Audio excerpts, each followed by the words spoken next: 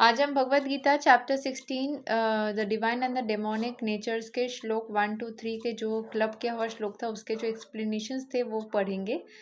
कल मैंने बोला था कि हम एक्सप्लेनेशंस को एक एक करके आगे बढ़ेंगे क्योंकि इसमें बहुत इन डिटेल है एंड इसके मीनिंग्स को समझने की ज़रूरत है। तो आज हम इसके एक्सप्लेनेशन का जो एक हिस्सा हमने पढ़ा था आज कुछ और हिस्से पढ़ेंगे।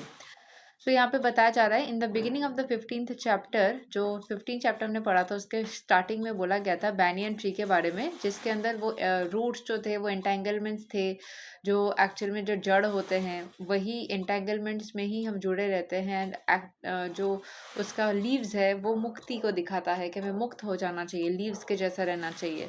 The extra roots coming out of it were compare to the activities of the living entity, जो हम बहुत सारे एक्टिविटी करते हैं उसके बारे में बोला जा रहा था। Some auspicious, some inauspicious. In the 9th chapter, also the devas or the godly and the asuras, the ungodly or the demons were explained.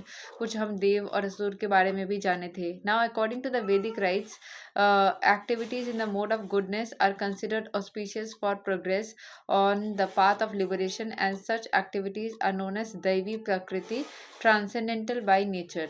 Those who are situated in the transcendental nature make progress in the path of liberation. For those who are acting in the modes of passion and ignorance, on the other hand, there is no possibility of liberation.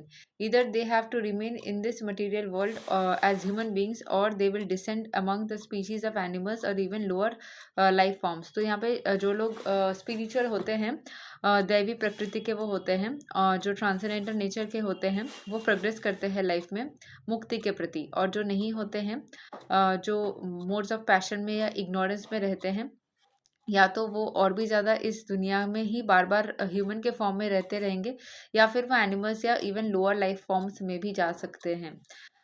So in the 16th chapter, the Lord explains both the transcendental nature and its attendant qualities and the demonic nature and its qualities. He also explains the advantages and disadvantages of these qualities. तो ये सारी जो qualities है, ये होने से जो अच्छाइयाँ हैं या बुराइयाँ हैं, इसके क्या advantage है क्या disadvantage है, इसके बारे में भी बताया जा रहा है. The word abhijatasya in reference to one born in the transcendental qualities or godly tendencies is very significant. To beget a child in a godly atmosphere is known as in the Vedic scripture as गर्भधारणा samskara, जो बच्चे को धारण करते हैं शरीर में. If the parents want a child in the godly qualities, they should follow the 10 principles recommended for the social life of the human being. जैसे कि आप लोग अगर देखोगे भक्त भागवत नाम का जो बच्चा बहुत फेमस है, वो कितने अच्छे से श्लोक्स पढ़ लेता है, लर्न कर लेता है. तो वो उम्र ही होती है जिसमें हम बहुत अच्छे से लर्न कर सकते हैं, but at the same time उसके माँ जो है वो भागवतम के श्लोक्स को उसको पेट में धारण करने के टाइम पे, गर्भ संस्कार के टाइम पे किया था, जो जिसका इफेक्ट्स उसको मिला है. If the parents want a child in the godly atmosphere, तो उसको भी ये प्रिंसिपल्स फॉलो करना चाहिए जो किया गया था. In the Bhagavad Gita we have studied also before the sexual life for begetting a good child in Krishna himself is sexual life is not condemned, मतलब उसको ऐसा नहीं बोला गया कि नहीं कर सकते, provided the process is used in Krishna consciousness. Those who are in the Krishna consciousness at least should not beget children like cats and dogs, but should beget them so that they may become Krishna conscious after birth. They should be in the advantage of children born of a father and a mother absorbed in Krishna consciousness. So जो parents हैं वो अगर बहुत ज़्यादा नशा करना या इधर उधर क्लबिंग करना ये वो करते रहते हैं, तो उसका इफेक्ट बच्चे पे जाता है. अगर उस टाइम पे कोई पढ़ाई करता है तो उसका इफेक्ट भी बच्चे पे जाता है. अगर उस टाइम पे कोई धार्मिक संस्कार को फॉलो करते हैं तो वो भी जाता है. So the way you live your life, वो सारे एनर्जीज उस संतान के अंदर पलता रहता है. जैसे मैंने बहुत छोटे में एक नेशनल ज्योग्राफी के चैनल में कुछ देखा था जिसमें बोला गया था एक प्रेग्नेंट लेडी क्या क्या कर रही थी अपने 9 महीने में बच्चे को बहुत ज़्यादा हेल्दी बनाने के लिए. तो उसमें कुछ एक्सरसाइजेस करती थी, स्विमिंग भी करती थी, जो मतलब लेट करके जो स्विमिंग होता है ना, बैक स्ट्रोक, वो फिर हाथ फैलाती लगाती थी बार बार पेट के ऊपर. फिर कुछ पढ़ाई करती थी, मैथ्स वगैरह करती थी, सो दैट बच्चे के अंदर भी वो क्वालिटीज़ आए. हैंड राइटिंग प्रैक्टिस करती थी. सो ये सब चीज़ें अगर आप करते हो, साथ साथ अगर आप भक्ति करते हो, तो बच्चा भी भक्त बनेगा.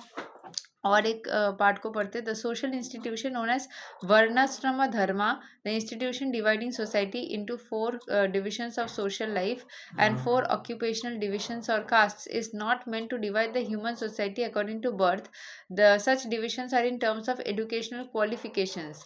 They are to keep the society in a state of peace and prosperity.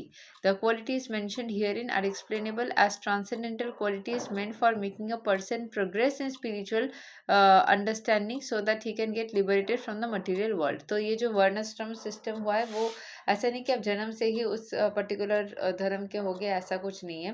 ठीक है, यहाँ पे जो चीज़ दिखता है कि वो पर्सन जो है कौन से फॉर्म ऑफ वर्क कर सकता है, उसकी ऑप्शंस दी जाती है और उसके काम के हिसाब से या उसका स्टेट ऑफ माइंड जो भी है उस हिसाब से डिसाइड होता है। क्वालिटीज़ जो मेंशन जो भी किया गया है, ठीक है, the qualities mentioned herein are explained as transcendental qualities. ठीक है, ट्रांसेंडेंटल क्वालिटीज़ मतलब जो स्पिरिचुअलिटी के साथ उस इंसान को जोड़ सके, वैसी qualities meant for making a person progress in spiritual understanding.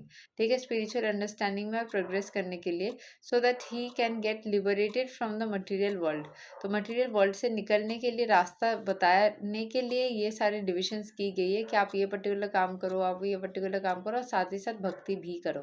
ठीक है, सो यही तक है एक्सप्लेनेशन आज का। हम अगले दिन वर्णाश्रम इंस्टीट्यूशन के सन्यासी पद्धति के बारे में पढ़ेंगे और भी बहुत सारे ऐसे छोटे छोटे पार्ट्स है जो इस श्लोक से रिलेटेड है, उसके बारे में पढ़ेंगे। ठीक है, तब तक के लिए हरे कृष्णा, राधे राधे, जय श्री राम।